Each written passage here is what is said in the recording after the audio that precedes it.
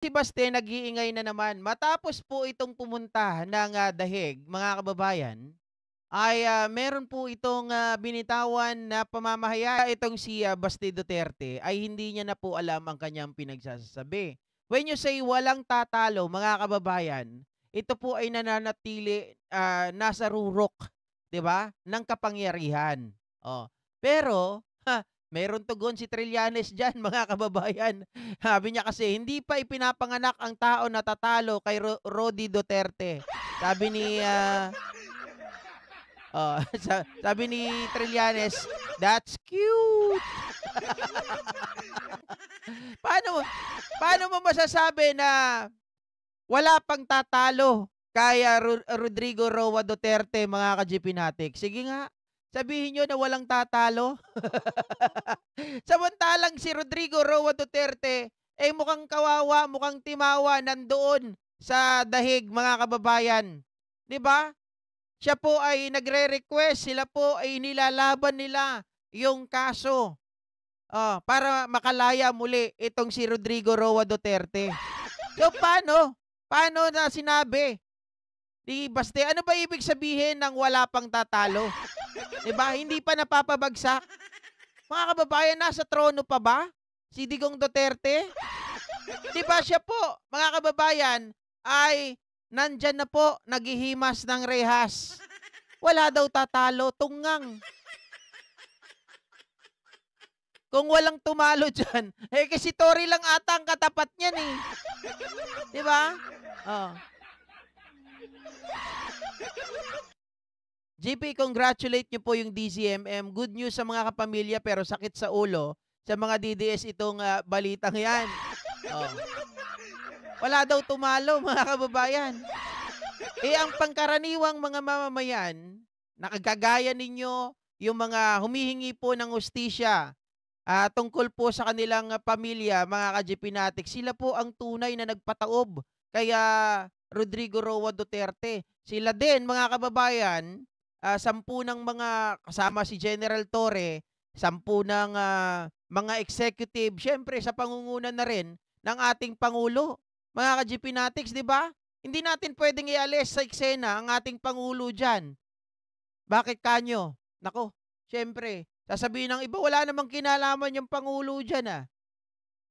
Siguro walang kinalaman, mga kababayan, pero malaking bagay kasi yung sinasabi natin na dahil sa panahon niya, nagkaroon ng pagkakataon yung taong bayan para ipakita na galit sila kay Digong Duterte, na gusto nilang panagutin si Duterte, gusto nilang maging accountable si Duterte, gusto nila na si Duterte ay makulong sa ICC. Ano sinasabi mo, Baste? Ha? Wala na nga, hindi na nga makamura, hindi na makapagmura yung tatay mo. Dati sabi, "Putang nang yan." Gano'n, mga gano'n-gano'n pa, 'di ba?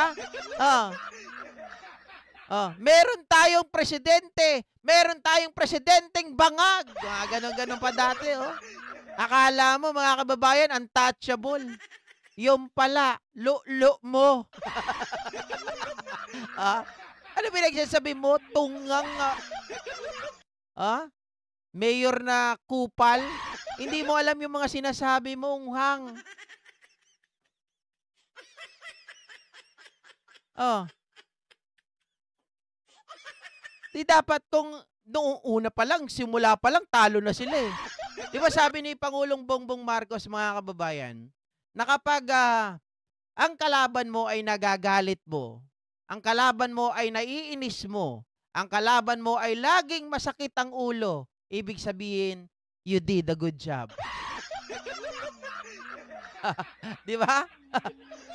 Oh. Totoo naman, 'di ba, mga kababayan? You really did a good job. Kapag nainis mo yung mga kalaban mo, yung mga kalaban mo hindi na makatulog, yung mga kalaban mo, mga kababayan, nandun nakakulong. Naghihimas ng rehas at nasa ibang bansa. Oh.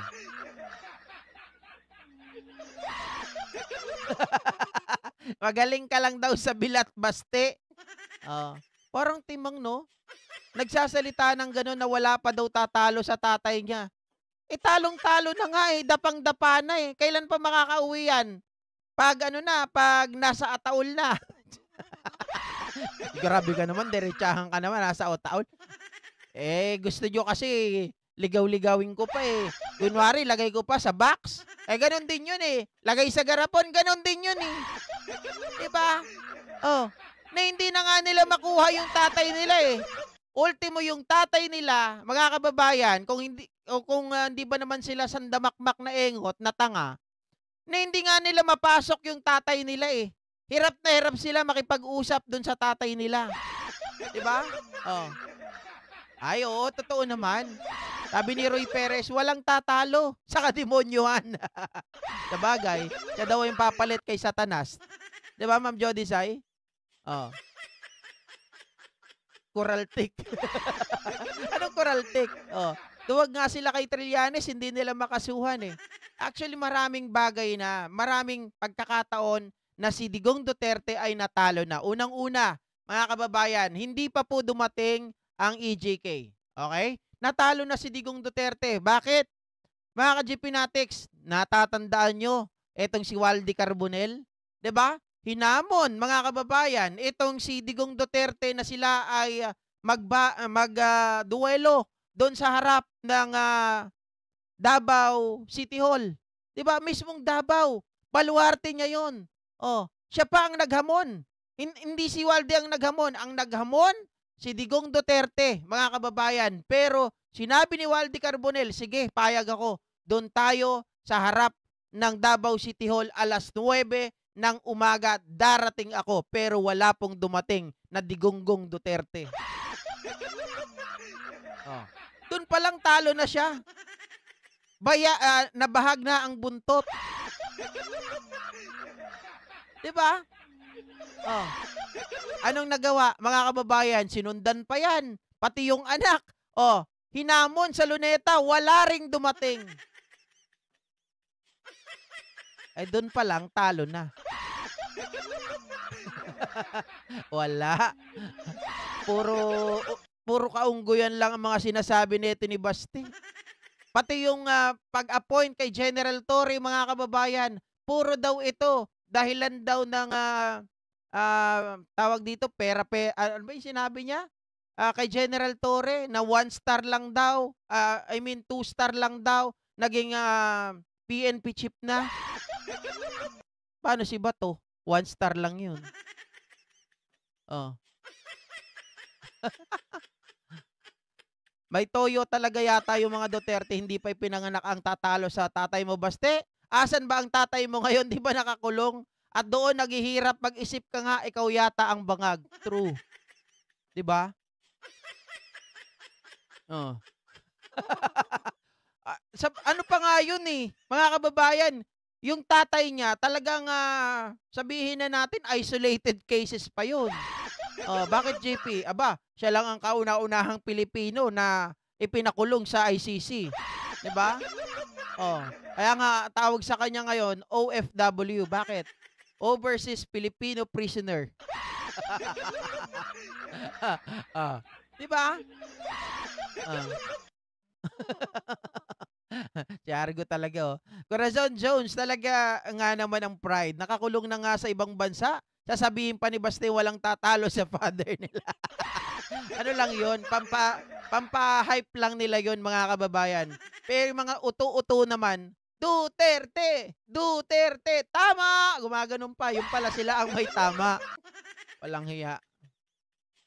Ay, Baste, magpatingin ka na ha. Baka pwede ka nang dalhin sa mental. Eto naman, binabaha ang Davao, andun sila sa Hague. Kagustuhan yan ng mga DDS na mga bobo korek. Mga kababayan, 'di ba? Hindi sila iniisip. Oh, bahang-baha sa Davao, okay lang. Yung yung kanilang binoto, yung mayor nakakulong, walang magagawa sa kanila, yung vice mayor nandun din. Sinasamahan yung mayor. Paano pa kayo mapagsisilbihan? 'Di ba? Mama Irish? Wala na.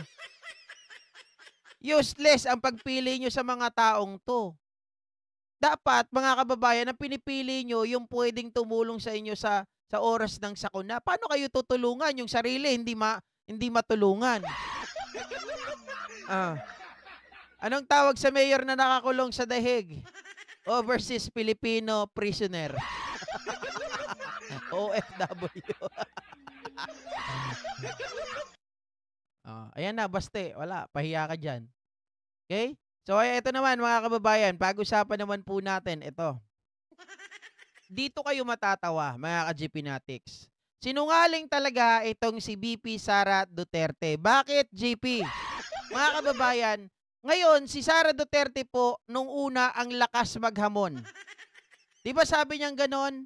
Ay, sige, tuloy natin ang impeachment dahil gusto ko ng bloodbath. Pero ngayon, iba na po ang naratibo ni Sara Duterte. Ang bloodbath daw ay para daw sa kanyang sarili dahil siya daw ay i-crucifix. Tingnan nyo mga kababayan yung kanilang ginagawa po na sabi ko nga ay nagbabago na ng statement. Feeling victim na po ang gusto nilang mangyari. Pakinggan nyo muna mga ka-GPnatics yung unang sinasabi nitong si Sara Duterte. Tingnan nyo po.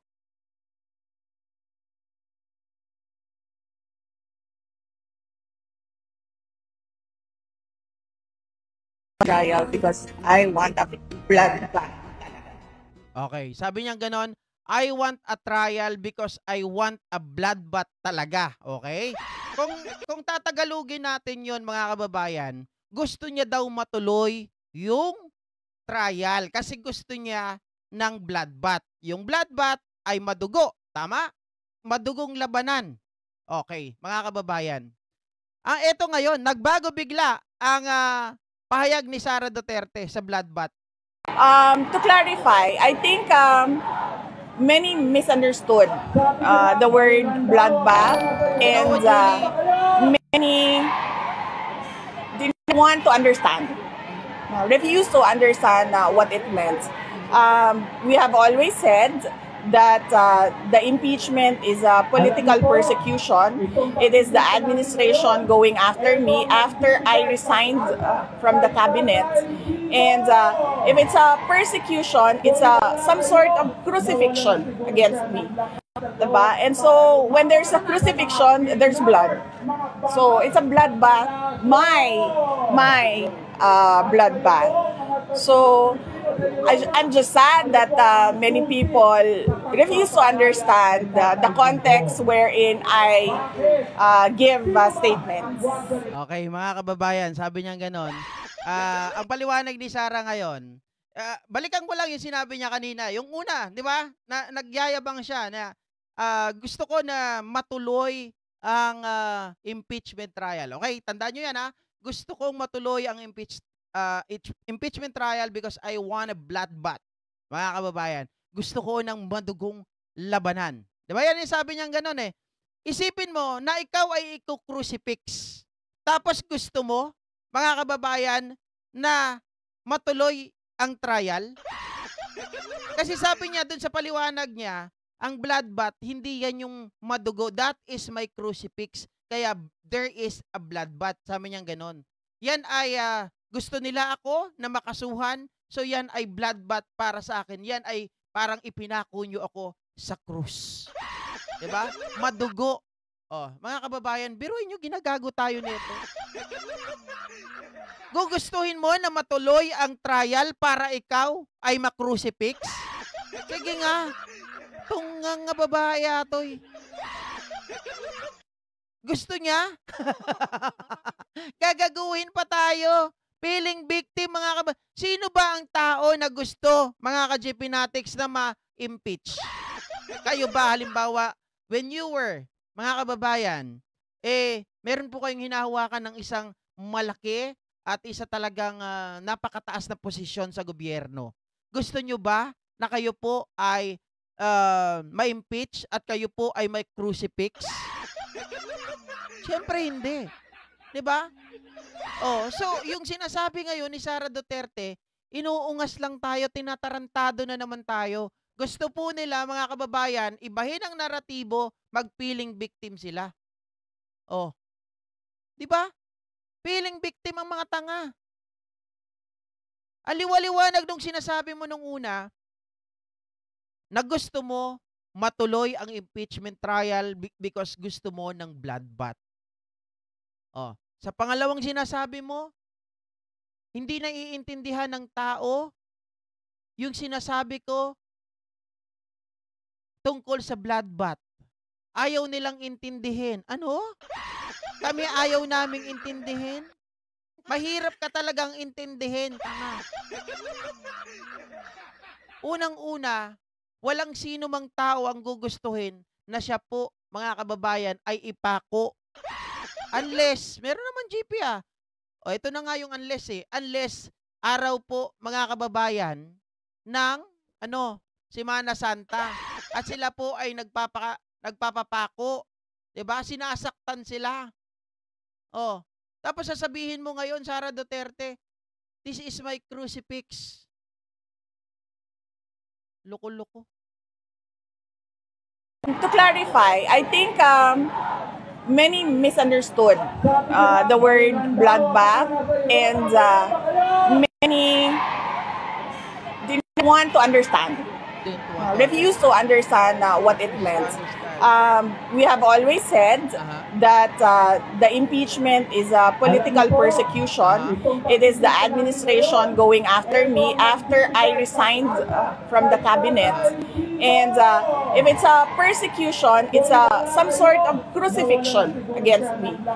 Diba? And so when there's a crucifixion, there's blood.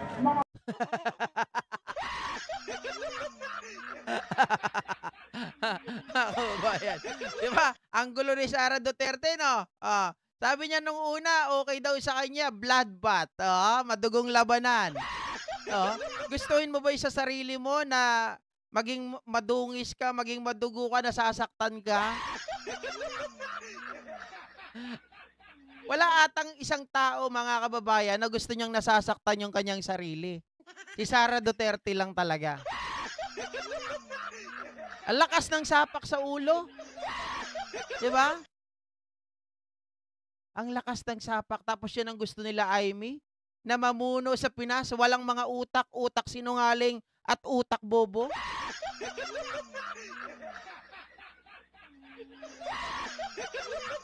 Yun guys, 'di ba? Nakita po natin na talagang nawala pala yung Facebook account.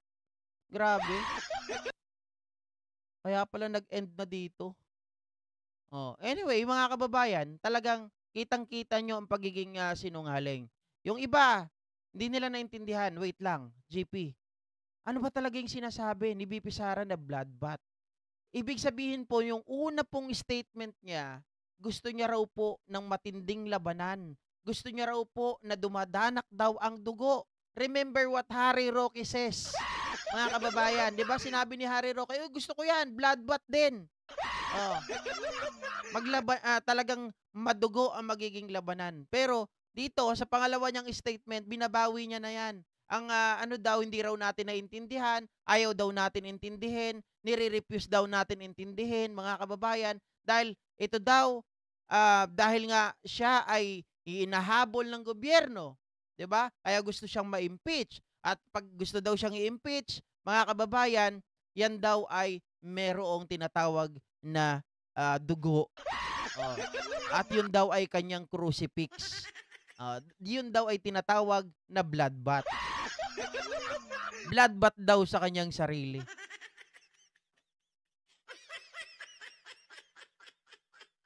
Walang kwenta. Okay? So anyway, mga kababayan, hanggang dito na lamang po. At pasensya na, taglolo ko yung internet natin na wala na yung Facebook ko dito, tapos yung mga iba rito, hindi ko na makita yung next natin na topic. Thank you so much sa inyong lahat. Magkita-kita po tayo muli mamaya, mga